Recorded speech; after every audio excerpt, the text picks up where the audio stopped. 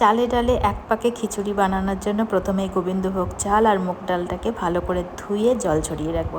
তারপর একটা মশলা বানিয়ে নিচ্ছি, গোটা গরম মশলা আর কিছুটা মৌরি ভেজে তুলে রাখলাম। চাইলে পছন্দ অনুযায়ী সবজি দিতে পারেন, না চাইলে এমনিও করা যেতে পারে। এখানে আমি দিয়েছি আলু, ফুলকপি আর সিম। এটাকে সর্ষের তেলে ভালো করে একটু নুন দিয়ে ভেজে তুলে রাখবো। এবার একটা মশলা বানিয়ে নেব। সবার প্রথমে শুকনো লঙ্কার গুঁড়ো, জিরা, ধনে, হলুদ, আদা বাটা আর সামান্য জল দিয়ে গুলে রেখে দেবো। কড়াইয়ের যে তেল ছিল তার মধ্যে দিয়েছি আমি জিরা, গরম মশলা, শুকনো লঙ্কা আর তেজপাতা। ভালোভাবে ভেজে নিয়ে গুলিয়ে রাখা মশলাটা দিয়ে দেবো। মশলাটা কষে যেই তেল ছেড়ে আসবে তখন ধুয়ে রাখা চাল আর ডালটাকে দিয়ে দেবো। চাল ডালটাকে ভালো করে ভেজে নিতে হবে, একদম ধিমে আছে, যেন চাল আর ডালটা খুব সুন্দরভাবে ঝরঝরে হয়ে যায়। এবার এর মধ্যে দিয়ে দেব কুচিয়ে রাখা লঙ্কা।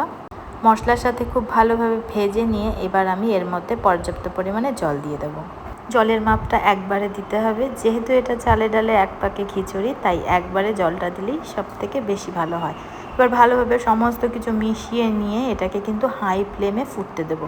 যখন এটা টকবক করে ফুটে উঠবে এর মধ্যে দিয়ে দেবো স্বাদ অনুযায়ী নুন।